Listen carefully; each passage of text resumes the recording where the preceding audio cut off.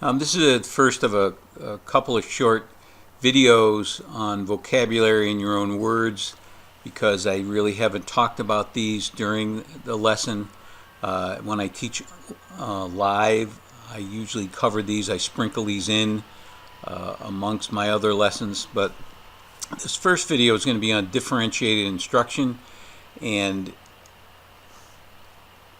the first definition comes from Carol Ann Tomlinson, who is usually looked at as the guru for differentiated instruction. She has written extensively on it. She has done presentations throughout the world on it, and she's written several books on it. As a matter of fact, I have sections of her book in additional course materials, and when I'm done with this video, this short PowerPoint presentation, I'll take you there and we'll look at some of the resources that are there. So as far as the definition goes, what is usually accepted as her definition of differentiated instruction is ensuring that what a student learns, how he or she learns it, and how the student demonstrates what he or she has learned is a match for that student's readiness level, interest, and preferred mode of learning.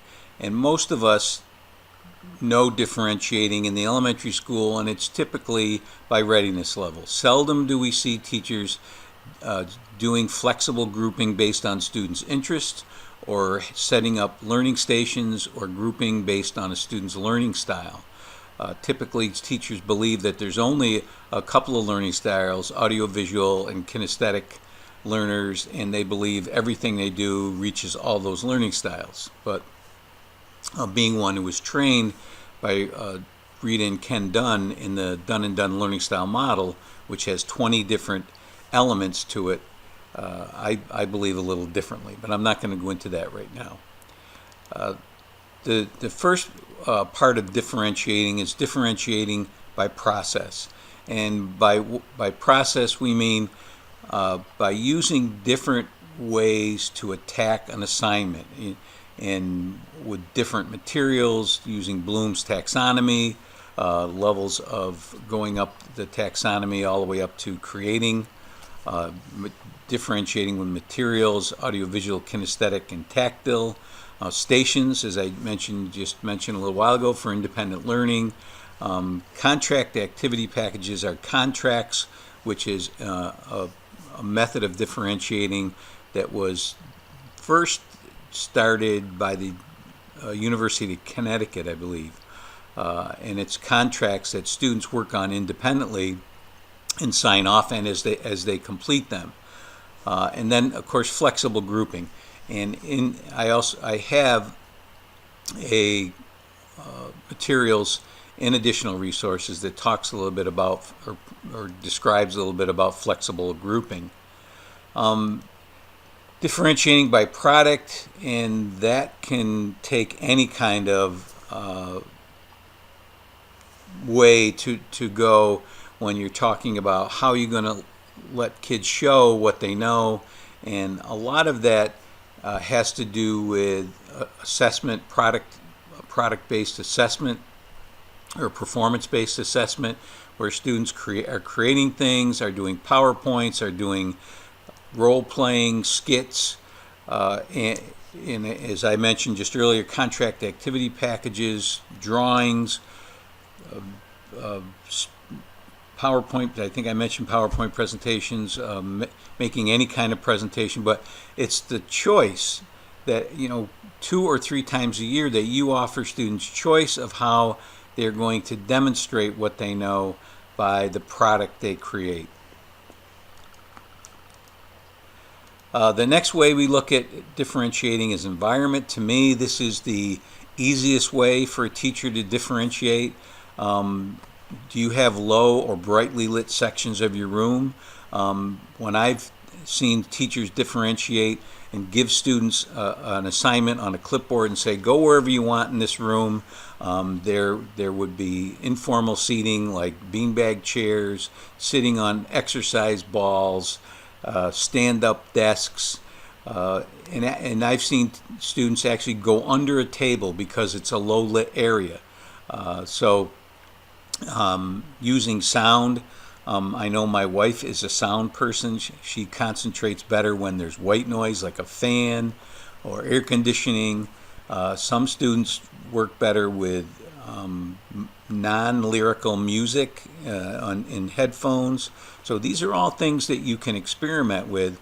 Unless you have a valid and reliable learning style assessment, you won't be able to really get to this without experimenting and seeing what students prefer themselves.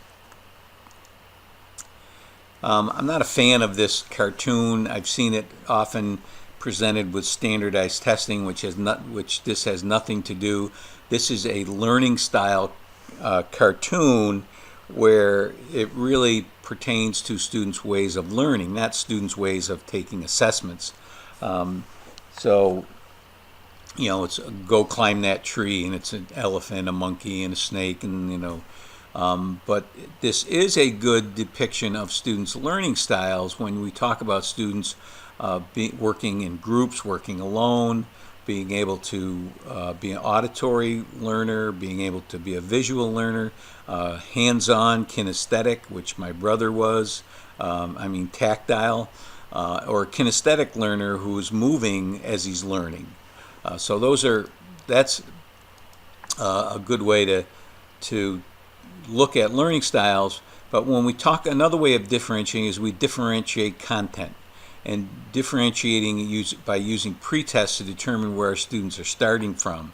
And I have some ways to do that, differentiate content. One of them is tiered assignments, which I have in additional resources. If you look at tiered assignments or you look at cubing, I'm going to talk a little bit about those later at the end of this little presentation. So these are things you can do. Smaller, more manageable parts, choose broader concepts so you can differentiate them by levels of complexity. Okay, this one is a lot more complex, which is for a higher level student. This one doesn't have as many parts, so you only have to do 3 or 4 things.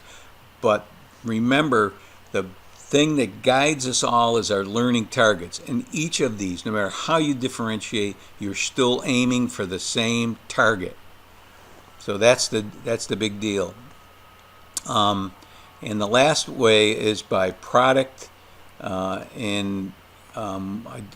think I talked about this already. Yes, I did. And the last way is interests. And seldom do you see teachers group students by interests or learning style, using stations or options based on visual, auditory, tactile, kinesthetic, or readiness level we often see. So those are the 3 different ways that we tend to get students involved in differentiating by interest, learning style, or readiness level. Typically, we just break kids up into groups by readiness level, but a good differentiating also uses flexible grouping by learning style and interest as well. I just want to mention 2 ways to differentiate. One is cubing. This is an example of a pattern cube with different assignments on it. Students roll a cube, and you can see this is world exploration, 5th grade, and this person is doing a timeline, this person is doing cause and effect, this person is evaluating, this person over here is compare and contrasting, and this person is relating. So there are a lot of different ways you can cube. You can cube by learning styles. This person will create hands-on materials like flashcards or flip shoots. So that's a way of doing cubing. And tiered assignments, I think, is a great way to give different assignments to students based on readiness level or based on complexity, as I mentioned before. So you hand out, say, 3 levels of assignments. The learning target is the same, but these students are doing slightly different work. And I've had teachers do this, and they were shocked that the kids never knew they were all doing something different, or that there were 3 levels of it. So this is just two ways to differentiate. I wanted to show you additional resources, and if I can go to this is the differentiating. I'll go to additional, so I'll show you where it is. If you scroll down, this is Carol Ann Tomlinson's latest book on the differentiated classroom, where I took some of this material from.